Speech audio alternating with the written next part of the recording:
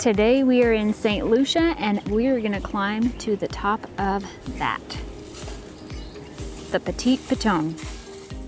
Keep watching for footage of the full hike, along with tips on how to plan for the hike. The Petit Piton is the smaller of the two pitons that are typically hiked on the island. The Gros Piton is actually right behind us. That's also supposed to be an amazing hike, but it's supposed to be a little bit easier of the two hikes. So we chose the more challenging of the two on our trip to St. Lucia today. The Petit Piton hike is made up of 4 quarters. The first 2 are more of a rock scramble, whereas the last 2 are more of rock climbing. And there are several ropes throughout the hike to help you along the way, because you do have to climb completely vertical a few times. First, let's start off with a guide. If you're not local or familiar with this trail, we would highly recommend hiring a guide. We booked through St. Lucia Tours and were connected with the Mountain Fox. From doing research, there are several guides who are experienced hiking the Petit Piton trail in the area. This company was also able to arrange transportation for us to and from the cruise port. We're about a quarter of the way up the Petit Piton. Already we've got an amazing view. And up here is our guide, Mountain Fox. Hasn't even broken a sweat. Yeah, we were really impressed because we were already sweaty and out of breath and need water. All right, well, we're gonna continue on up. Dighton with St. Lucia Tours was very helpful and easy to work with. We will be sure to leave the contact for the company in the description below. The trail may start off looking easy to navigate, but it got much more difficult as we climbed higher on the Piton. Near the top, there are a series of ropes that one must climb to make it to the peak, and the Mountain Fox was able to provide very useful tips to effectively and safely climb the ropes. This hike can be dangerous if you do not know what you're doing or are not careful. One quick tip for the beginning of the trail, we would recommend not starting off too fast. We started the first quarter of the trail a little too ambitious and were out of breath when we made it to the first quarter lookout. Go at a pace that is best for you. After that first quarter, we did a better job of focusing on keeping steady breathing and paying attention to our heart rate.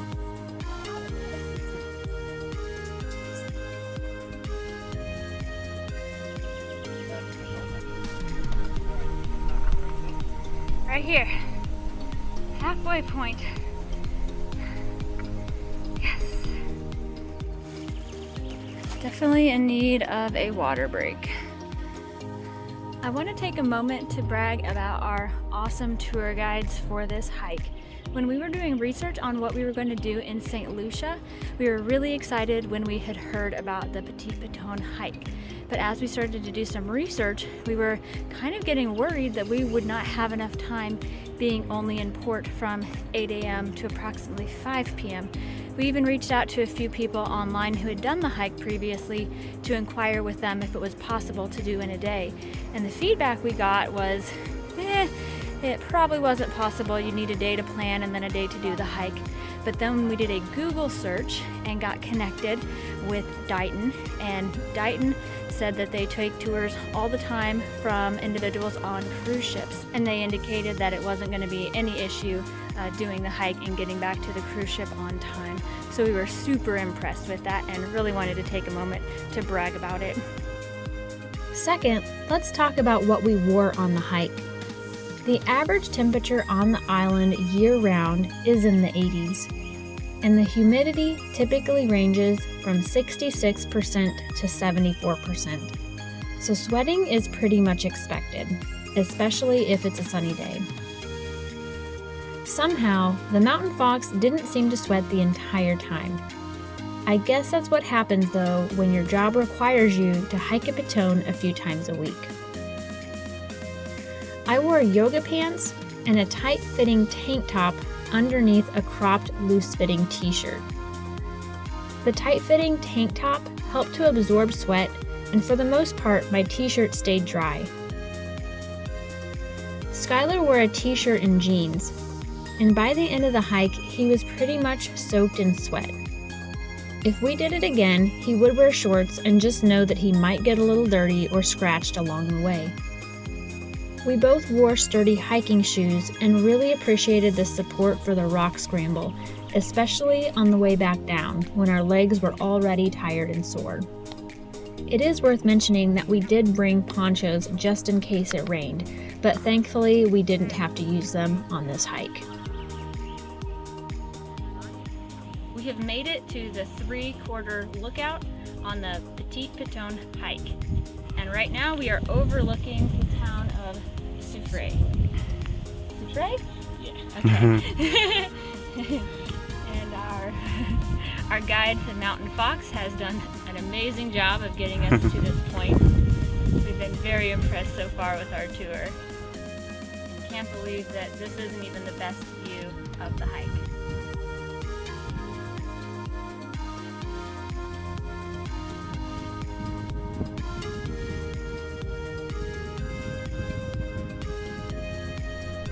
Some people do choose to end their hike at the 3/4 point.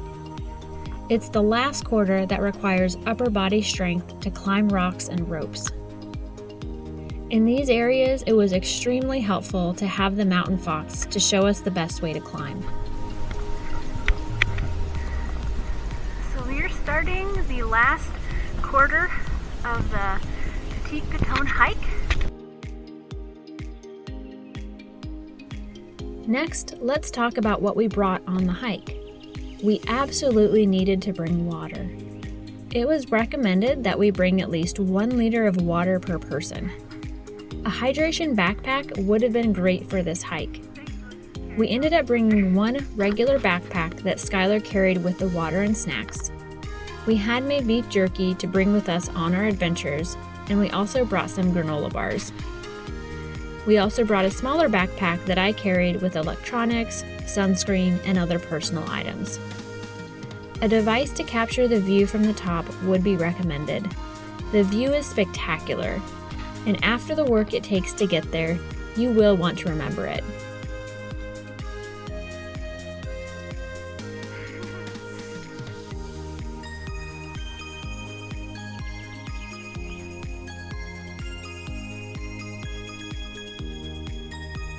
As far as sun protection, most of the hike was pretty shaded, but there is no shade at the top, so if you plan to spend much time on the top, sun protection would be recommended.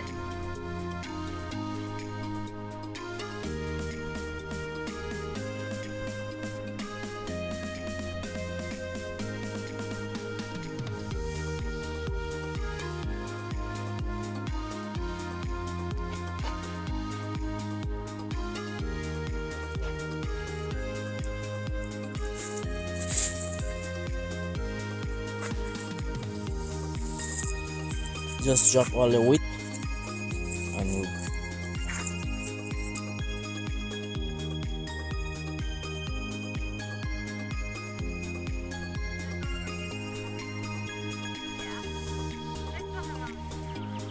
We've made it to the rabbit hole. We were aware of the rabbit hole from prior research.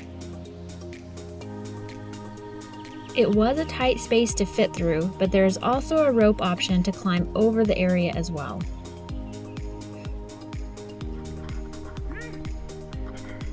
Rabbit hole.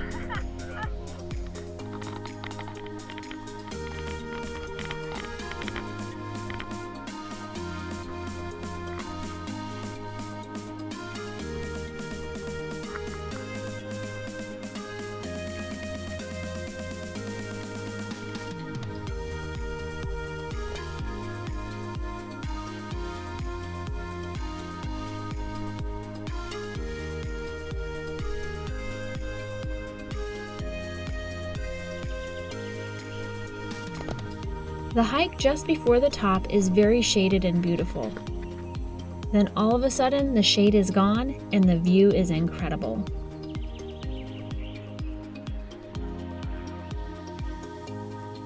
The first view is of the town of Soufrière. Then if you walk up and over the peak, the view is of Sugar Beach and the Gros Piton. We had to stop and enjoy this view. It is gorgeous, and while the sun is out and the sun is hot, the breeze up here is cool, and it's just an amazing experience.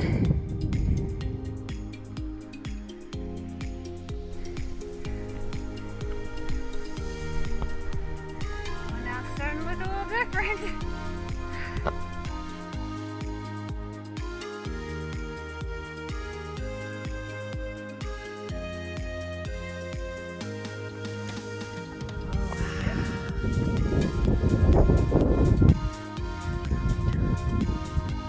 This is beautiful. You can see Gros Piton right next to me there. That's Sugar Beach. The whole of Sugar Beach right there. That's Ladera. Awesome. Well, the view is amazing, and the hike is a ton of fun. We've really enjoyed this hike. So far, this is hands down our favorite hike we have been on. And we've hiked on a few different Caribbean islands before. We've hiked in North Carolina and California, but this one is by far the best. So we would highly recommend it for anybody who is adventurous. And if you're not sure if you can make it all the way, that's okay. There are a lot of great places lower on the Piton that have absolutely amazing views, and not everybody does make it to the top. It took us about an hour and a half. We hiked pretty fast, but we also took a lot of breaks to take some video footage and some pictures.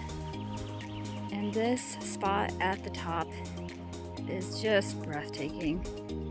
You can look at this video, you can look at the pictures, but nothing will compare to being here and seeing it for yourself.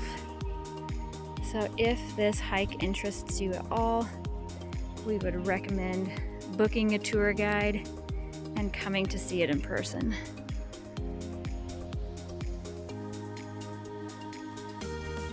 Even though it's hot out here, I just don't want to leave.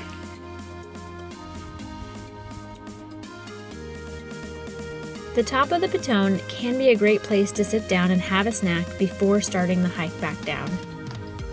If you're anything like us, you will be sad to leave this peaceful place on the island. It's absolutely gorgeous. There is only one trail, so we hike back down the same way we hiked up. So after you finish your climb, you can then have a Piton Beer at the bottom. And it's delicious.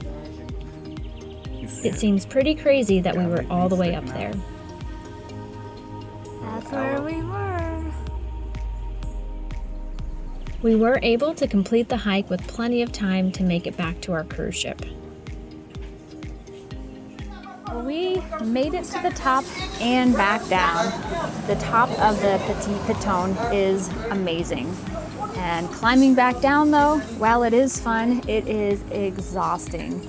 By the end, my legs did not want to do what my brain was telling them to do, but ultimately we made it. Thankfully, there is a stand at the bottom of the hike that sells beers and waters. Skylar did buy several beers and he needed all of them after that hike. It was pretty intense, but it was a lot of fun and totally worth it. We had such a good time with the Mountain Fox from St. Lucia Tours and would highly recommend booking with them. They also offer a ton of other tour options as well. We will make sure to put their contact information in the description of the video below. Right now we are on our way back to the cruise port to get back on the ship, so we are sad to be leaving this gorgeous island. But we will see what the next island has in store for us. Make sure to subscribe for more travel content and more cruise content. Stay tuned for our next adventure in Antigua.